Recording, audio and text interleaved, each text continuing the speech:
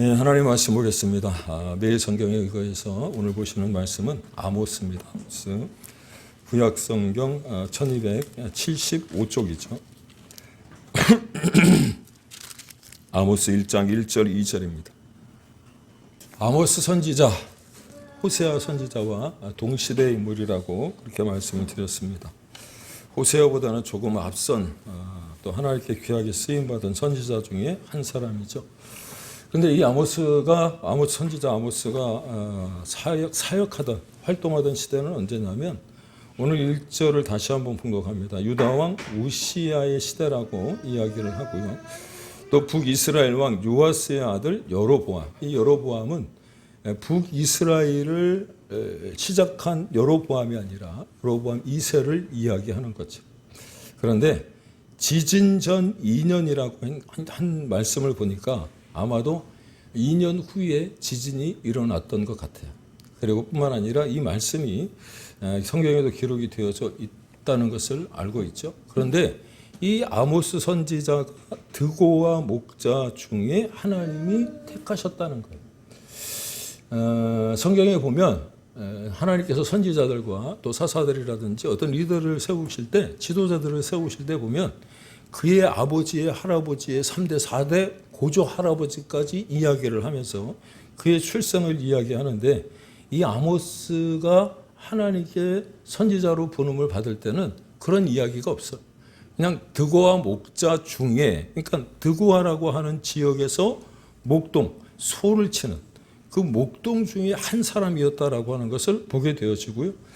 이 말씀을 추정해 볼 때 드고와 목자 중에 아모스라고 하는 말은 요즘 말로 흑수저와 다름이 없는 거예요.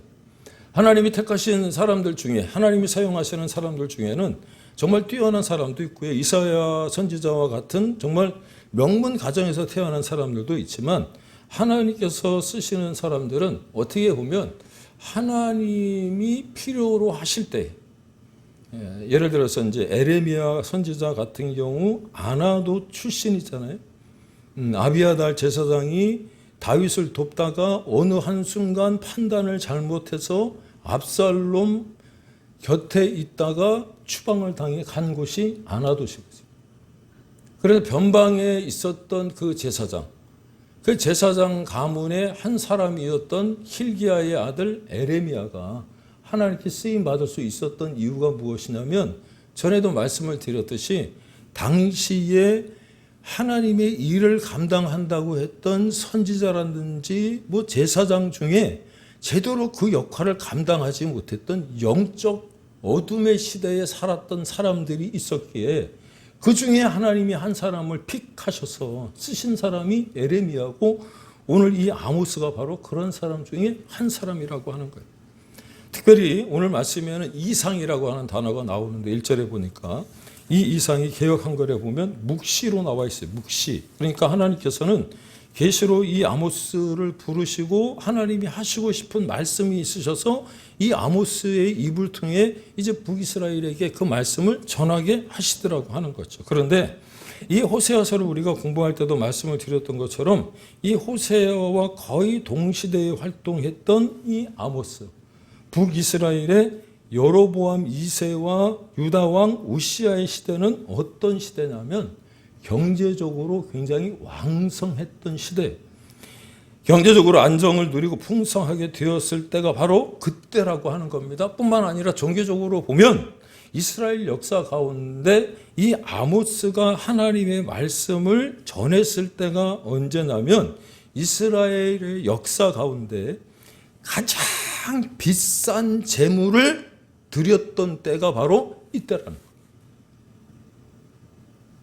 가장 살찐 소를 드렸고 가장 비싼 소를 드렸단 말이에요.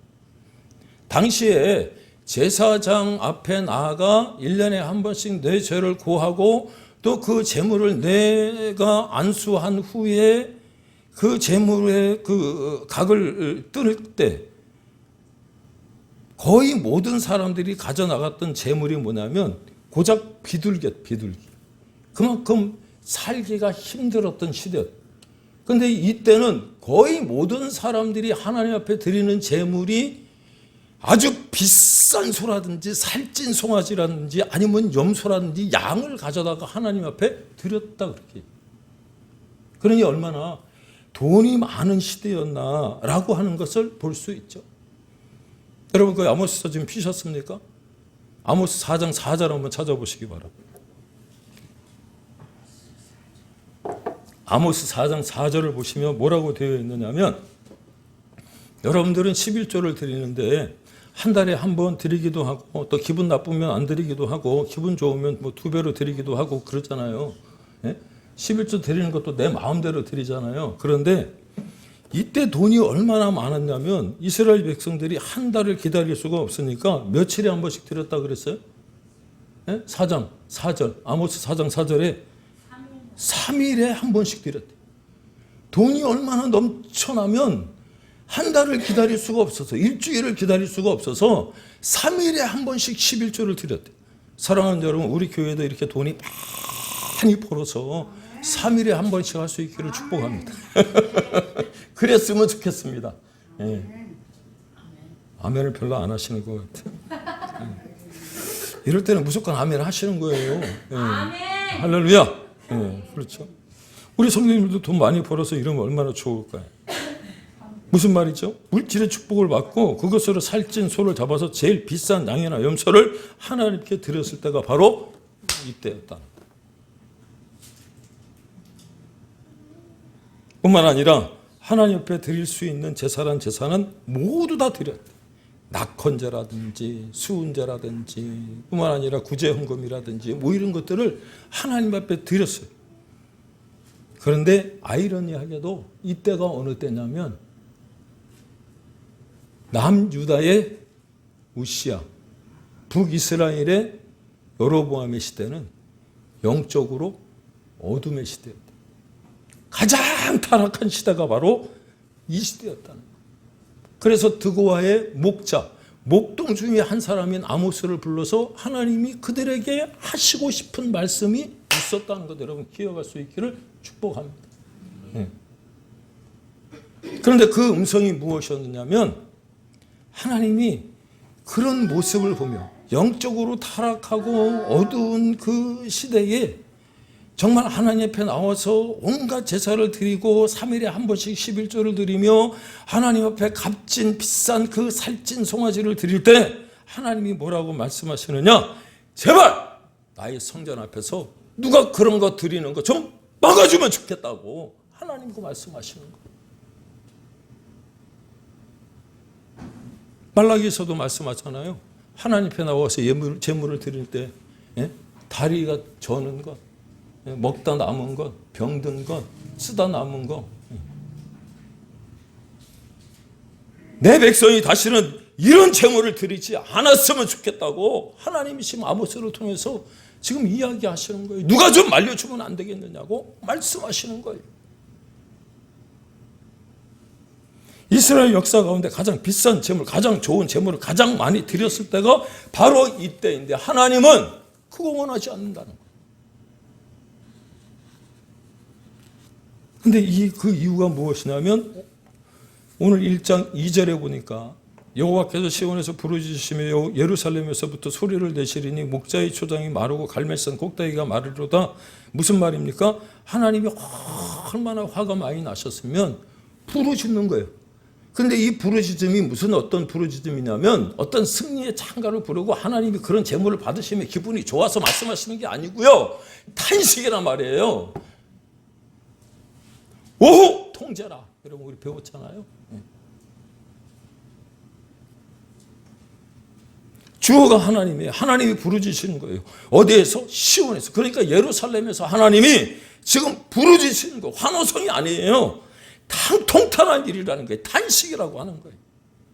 근데 어떻게 표현하고 있느냐면 사자가 움킨 것이 있는데 마치 수풀에서 부르짖는 것처럼 하나님이 그렇게 부르짖는다는 거예요. 그게 아모스 3장 4절이에요. 찾아보세요. 그 말씀이 나오나 안 나오나. 젊은 사자가 잡은 것이 없는데 어찌 굴에서 소리를 내겠느냐 그렇게 말하는 거죠. 여러분 동물의 왕국 보셨습니까? 동물의 왕국에 보면 참 하나님이 그렇게 그 모든 모든 것들을 창조하시고요. 그렇게 만드신 것 같아요. 그렇게 지으신 것 같아요. 내가 말씀드렸잖아요. 창세기 1장 28절. 우리는 지난주에도 말씀을 드렸듯이 무엇을 먹을까 마실까 입을까 걱정하고 살아가는 거예요. 이방인들처럼. 그런데 그러다 보니까 하나님이 일용할 양식을 주셨음에도 불구하고 우리는 늘 염려하고 걱정하고. 응? 그런데 하나님이 1장 28절 창세기 뭐라고 말씀하셨습니까? 하나님이 그들에게 복을 주시며 하나님이 그들에게 이르시되 생육하고 번성하여 땅에 충만하라 땅을 정복하라 바다의 물고기와 하늘의 새와 땅에 움직이는 모든 생물을 다스리라 하시니라. 그런데 바다의 물고기와 하늘의 새와 땅에 움직이는 모든 생물을 왜 주셨을까? 1장 29절과 30절에 보니까 하나님이 그것들을 먹을 수 있도록 만들어 주셨다. 믿습니까? 하나님이 이르시되 내가 온 지면에 씨 맺는 모든 채소와 씨 가진 열매 맺는 모든 나무를 너희에게 주노니 너희가 먹을 거리가 되리라. 또 땅의 모든 짐승과 하늘의 모든 새와 생명이 있어 땅에 기는 모든 것에는 내가 모든 풀을 먹을 거리로 주노라 하시니 그대로 되니라. 그런데 우리는 늘 무엇을 먹을까 입을까 걱정하는 거예요. 오늘은 뭔가 좀 맛있는 거 좀 먹으러 갔으면 좋겠는데 그리고 SNS 뒤지는 거예요. 그리고 여러분 가봤자 오픈런 웨이팅 30분 40분 요즘 아이들은 그것도 뭐 트렌드라 그래서 거기서 기다리고 있는 것 볼 수 있는데 우리는 그 옆집에 가서 그냥 짜장면 한 그릇 먹고 있지 그 바쁜 시간에 거기 가서 왜 기다리고 있는지 모르겠어요. 그거 먹는다고 뭐 때깔이 달라지나? 똑같아요. 괜히 똑같은 아이스크림 먹는데 비싼 돈 주고 먹어봐야 아무 소용없어. 그거 가지고 엄마 내복 하나 사다 드리는 게 더 좋지. 아모스 3장 4절 찾으셨어요? 사자가 움킨 것이 없는데 어찌 숲풀에서 부르짖겠으며 젊은 사자가 잡는 것이 없는데 어찌 굴에서 소리를 내겠느냐. 동물의 왕국 같은 데 보면 사자가 먹잇감을 탁 낚아채고는 포효하는 모습. 내가 이걸 잡았다는 거야. 이 먹잇감을 잡았다는 거야. 그리고 어떻게 합니까? 그리고 울잖아요. 예? 좀 그걸 얘기를 하는 거예요. 그런데 아모스 1장 2절 오늘 말씀 보면 아모스가 어떤 모습을 봤느냐. 사자처럼 사냥감에게 달려가서 그 사냥감을 잡고 앞발로 그것을 낚아챈 다음에 그 가슴에 끌어들이고 그 날카로운 송곳니를 보여주면서 지금 그 사슴 그 뭐라 그럴까요? 그 먹잇감의 숨통을 끊기 바로 직전에 울부짖는 모습으로 하나님을 묘사하고 있는 거예요. 왜 그랬을까? 이스라엘에 그만한 죄를 짓고 있었다. 하나님이 정말 안타까운 심정으로 그 모습을 보고 지금 송곳니로 목숨을 끊어내기 직전에 사냥감을 다 다루듯이 이스라엘을 다 다루고 계시는 거예요. 근데 마치 이 모습이 여러분 우리의 모습이 아니냐는 거예요.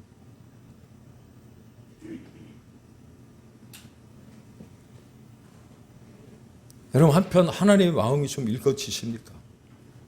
하나님의 그 아픈 하나님의 그 안타까움 이런 것들이 우리 좀 마음에 좀 읽어져야 되는데 왜죠?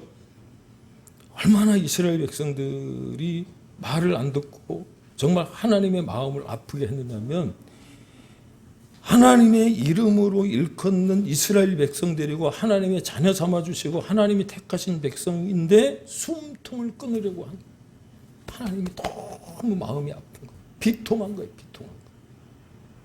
왜 그렇습니까? 죄 때문에. 죄 때문에.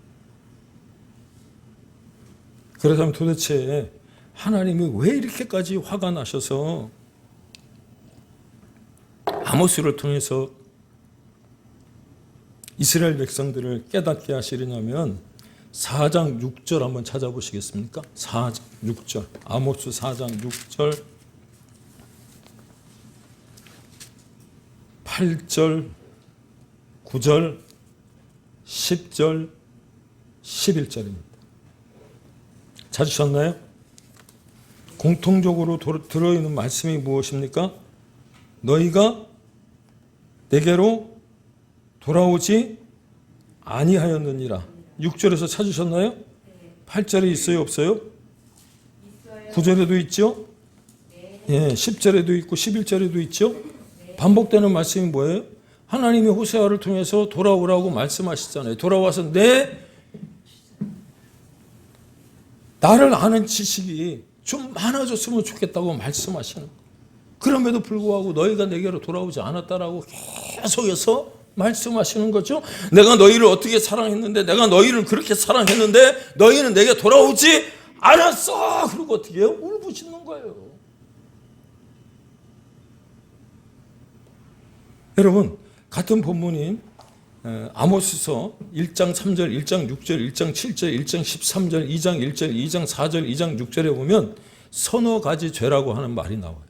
매일 성경에 오늘 본문에 보면 서너 가지 죄로 말미암아라고 하는 제목이 붙었어요. 근데 이 말씀을 보면서 하나님도 이렇게 두루뭉실하게 말씀하실 때가 있나? 세 가지면 세 가지, 네 가지면 네 가지지 왜 서너 가지로 말씀하셨을까? 그래서 찾아보니까 주석에 뭐라고 되어 있느냐면 세 가지 플러스 네 가지래요.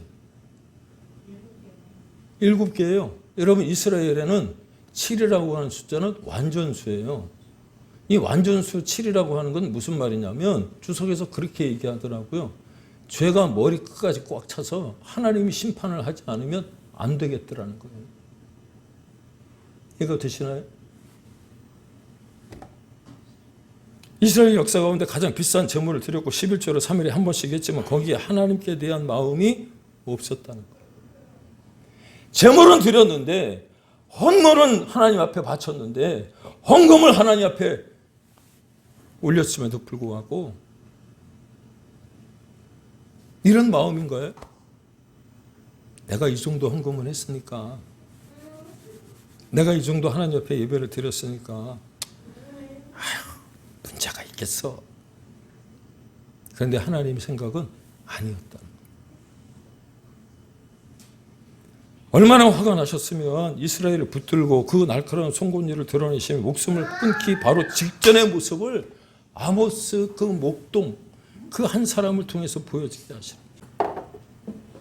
그래요. 우리 한번 모습을 생각해 봅시다. 아모스 1장을 우리가 열면서 참 무거운 말씀을 이 밤에 드리게 되어 죄송한데 우리가 바로 그런 모습이라는 거예요. 예배는 드리려고 이 자리에 육신이 와서 앉아 있는데 불구하고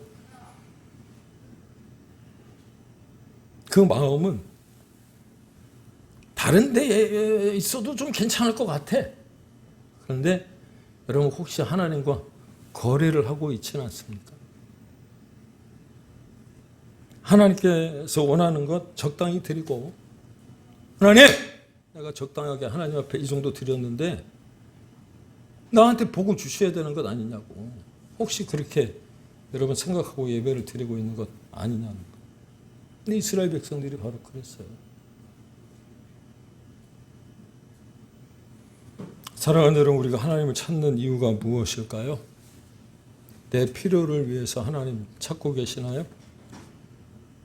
호세아서 말씀 볼 때 그런 말씀 드렸잖아요.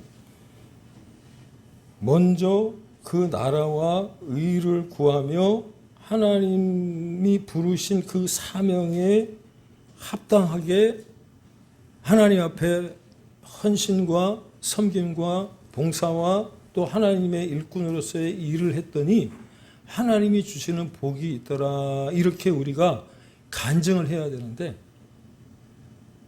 내가 그걸 받기 위해서 하나님께 예배를 드리는 것 별로 하나님이 원하시지 않는다 그랬죠. 그런데도 불구하고 하나님이 하시는 말씀이 무슨 말씀이냐. 그래서 하나님이 사랑의 하나님이시고요. 정말 좋은 하나님. 에레미야서 4장 1절에 뭐라 그랬다고요? 이스라엘아, 내가 돌아오려거든 내게로 돌아오라는 거예요. 그래도 돌아오려면 나한테 돌아오라는 거예요. 왜? 마치 누가복음 15장의 탕자의 비유의 그 아버지처럼 그 하나님은 그 가슴을 열고 그렇게 죄악 가운데서 말썽을 피우고 그렇게 어떻게 합니까? 하나님을 배반하고 또 하나님을 모른다 하고 하나님이 주신 그 모든 것을 가지고 아세라나 그 바알에게 나가서 우상 제물로 드리는 안타까운 일이 있었음에도 불구하고, 그래서 하나님이 비통한 심정으로 울부짖음에도 불구하고 돌아오기만 하면 하나님 받아주시겠다. 믿습니까? 탕자가 그 모든 그 힘든 과정을 겪고 난 다음에 집으로 돌아갈 때 한번 찾아보세요. 상거가 먼데도 불구하고 그 아들이 아버지를 먼저 알아본 것이 아니고 아버지가 그 아들을 먼저 알아보고 달려가서 목을 끌어안고 사랑한다고. 그래서 하나님이 사랑의 하나님이고요. 그래서 좋은 하나님이에요. 돌아오려거든 세상으로 가지 말고 나한테로 돌아오. 나한테. 하나님이 바로 그런 분이에요. 사랑하는 여러분, 누가 내 중심을 오늘 이 시간 이 음성을 듣고 하나님께 드리겠다고 고백하시겠습니까? 누가 하나님을 향하여 누가 내 마음을 가져가 달라고 하나님 외치시겠습니까?